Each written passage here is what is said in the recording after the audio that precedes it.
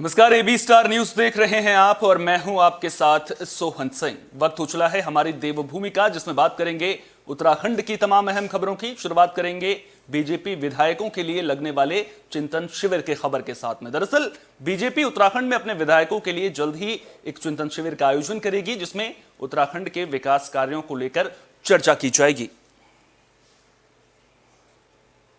पिछले दिनों मसूरी में 3 दिनों तक प्रदेश के वरिष्ठ अधिकारियों ने उत्तराखंड के रोड मैप और प्रगति को लेकर मंथन किया था। इस शिविर में एक दूसरे द्वारा दिए गए सुझावों को अब लागू करने की कवायद की जा रही है। उत्तराखंड बीजेपी के प्रदेश अध्यक्ष महेंद्र भट्ट ने कहा कि बीजेपी ने चुनाव के दौरान जो घोषणा पत्र जारी किया था, उसके तहत तेजी से काम किए जा रहे हैं। उन्होंने हाल ही में महिला आरक्षण बिल और धर्मांतरण कानून को विधानसभा में पास किए जाने पर खुशी भी जताई।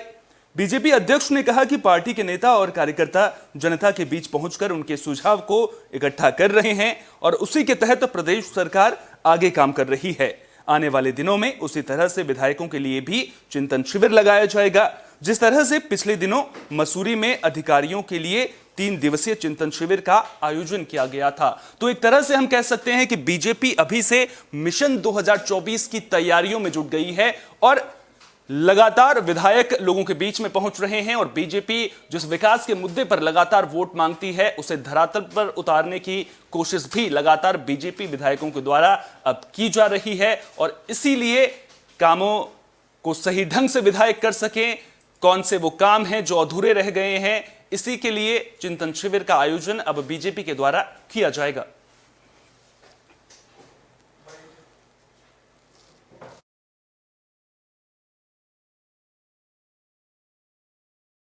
पार्टी चुनाव के दौरान अपने संकल्प के आधार पर जो हमने घोषणाएं की थी, उनको क्रमबद्ध तरीके से धारण करने का काम कर रहे हैं। और ये पहली बार हुआ, हर विषय के लिए हम जन संवाद कर रहे हैं, जनता से सुझाव ले रहे हैं। अभी 2 जो विधेयक विधानसभा में पारित हुए हैं, चाहे वो धर्मांतरण का विषय हो, चाहे क्षेत्रीय महिलाओं को क्षेत्र आरक्षण विषय हो, इसका जो जनता के बीच सुझाव है, तो उसके आधार पर हमने इसको तैयार किया है। और मुझे बताते हुए खुशी है कि प्रतिपक्ष ने भी इसका समर्थन किया है।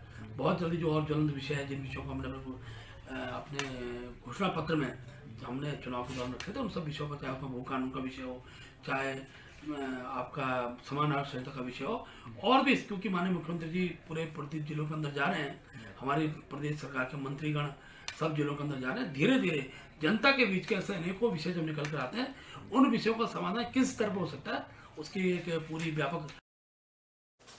यूपी की तर्ज पर अब उत्तराखंड में भी बुलडोजर वाली कार्रवाई देखने को मिल रही है। लगातार अवैध अतिक्रमण पर बुलडोजर चल रहा है और कई जगहों पर लोग भी इस कार्रवाई का विरोध करते हुए नजर आ रहे हैं।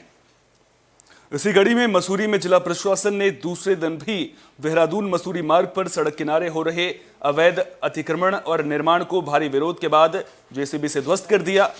ग्रामीणों ने प्रशासन की कार्रवाई का विरोध कर मसूरी देहरादून रोड पर जाम लगा दिया, जिससे मार्ग के दोनों ओर कई किलोमीटर का लंबा जाम लग गया, जिससे पर्यटकों और यात्रियों को भारी परेशानी का सामना करना पड़ा। ग्रामीणों ने सड़क पर जाम लगाकर सरकार और प्रशासन के खिलाफ जमकर नारेबाजी की। सभासद गीता कुमाई भी ग्रामीणों के समर्थन के लिए कोलू खेत पानी वाले बैंड पहुंची और प्रशासन और मसूरी देहरादून विकास प्राधिकरण के खिलाफ जमकर नारेबाजी की और आरोप लगाया कि प्रशासन द्वारा सड़क किनारे दुकान बनाकर रोजी रोटी चलाने वालों का उत्पीड़न किया जा रहा है। उन्होंने कहा कि एमडीडीए द्वारा निर्माण को ध्वस्त करने से पहले नोटिस नहीं दिया गया। उन्होंने कहा कि वो ग्रामीणों के साथ हो रहे अन्याय को किसी भी हाल में बर्दाश्त नहीं करेंगी, चाहे उनको ग्रामीणों को न्याय दिलाने के लिए कोर्ट का दरवाजा ही क्यों ना खटखटाना पड़े।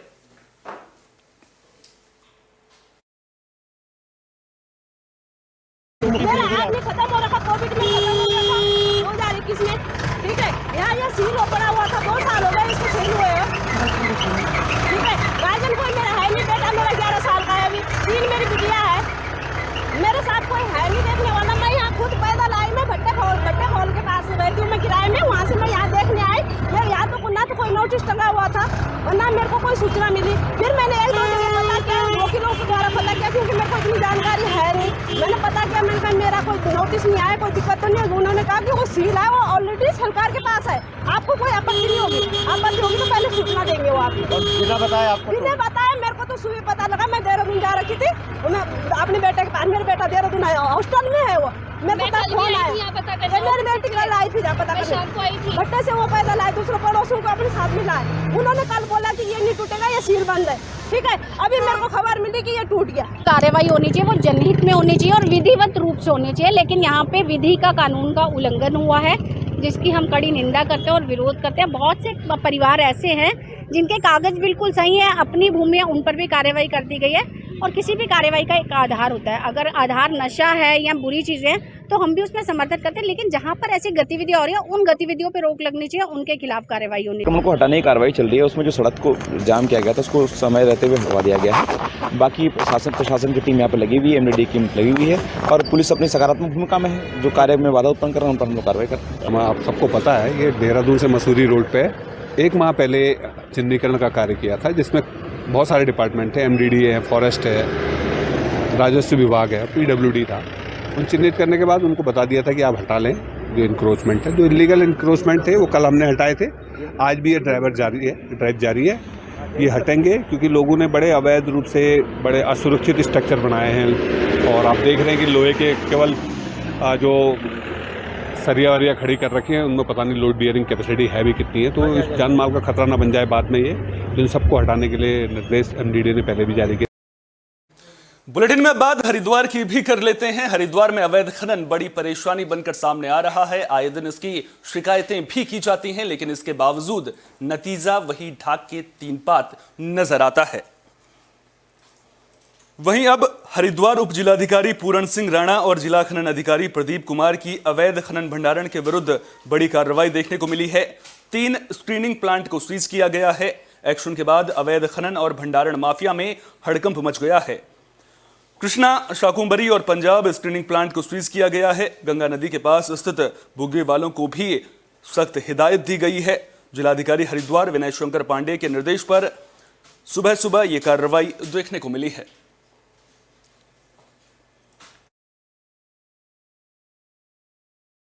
हमें कल शिकायत मिली थी, हम लोग आज सुबह गए थे।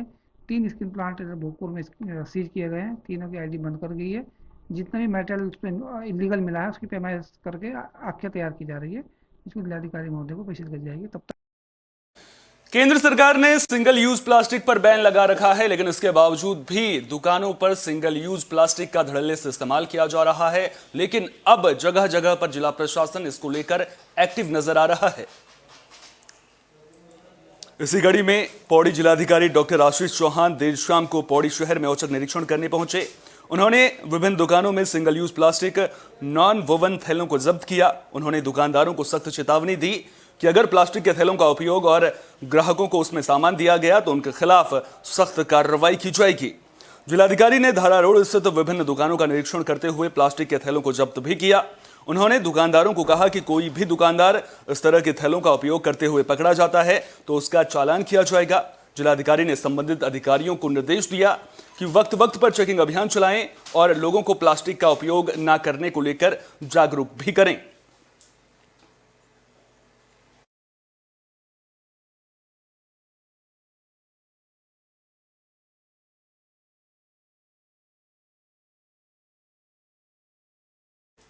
बात उत्तरकाशी की कर लेते हैं, जहां पर युवाओं को मतदान के अधिकार के बारे में जानकारी दी गई है। मतदान को लेकर लोगों को जागरूक भी किया गया है।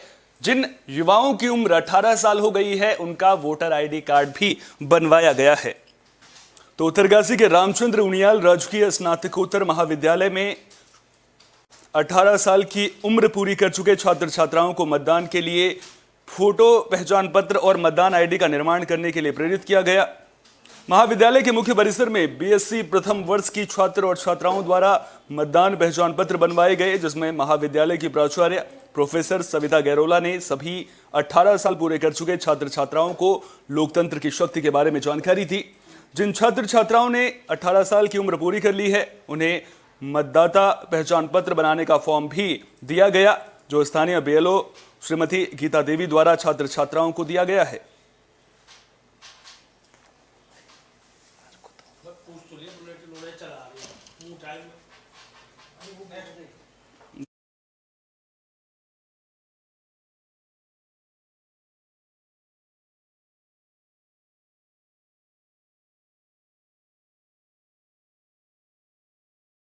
बुलेटिन के आखिर में बात पौड़ी की भी कर लेते हैं, जहां पर बूंखाल मेले का आयोजन किया गया था। इस दौरान सांस्कृतिक कार्यक्रमों का भी मंचन देखने को मिला है। लोग बड़ी संख्या में इस मेले में पहुंचे थे। तो पौड़ी जिले के खिरसू ब्लॉक के अंतर्गत लगने वाले ऐतिहासिक बूंखाल मेले का शुभारंभ सूबे के उच्च शिक्षा मंत्री डॉक्टर धन सिंह रावत ने किया। इस दौरान उन्होंने क्षेत्रवासियों को भी कई सौगातें दी। आयोजित मेले में सांस्कृतिक कार्यक्रमों के साथ साथ स्वास्थ्य शिविर से लेकर अन्य स्थानीय उत्पादों के स्टॉल भी लगाए गए।